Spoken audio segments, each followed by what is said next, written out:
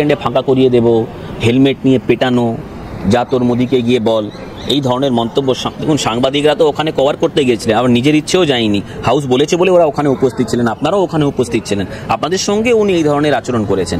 এটা তৃণমূল কংগ্রেসের চরিত্র, ওরা কিন্তু এই ধরনের আচরণই করেন এবং এই অ্যাটিটিউডের জন্যই কিন্তু সাধারণ মানুষ ওদের পাশ থেকে সরে যাচ্ছে।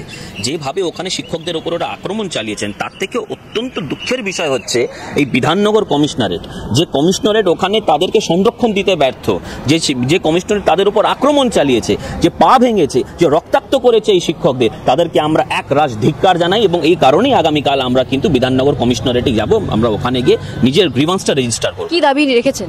আমাদের দাবি তো দেখুন, শিক্ষকদের উপর যে ধরনের অত্যাচার করছেন ওনারা, নির্মম অত্যাচার করছেন, এটাই আমাদের মূল দাবি। যে এসএসসি শিক্ষকরা নিজের ন্যায্য দাবির জন্য রাস্তায় নেমেছেন, তাদের বিরুদ্ধে আপনারা এই ধরনের আচরণ করতে পারেন না, তাদেরকে আপনারা পেটাতে পারেন না, ফোর্স অ্যাপ্লাই করতে পারেন। বাংলা হান্টের আরো খবর দেখতে নজর রাখুন। বাংলা খবর মানেই বাংলা হান্ট।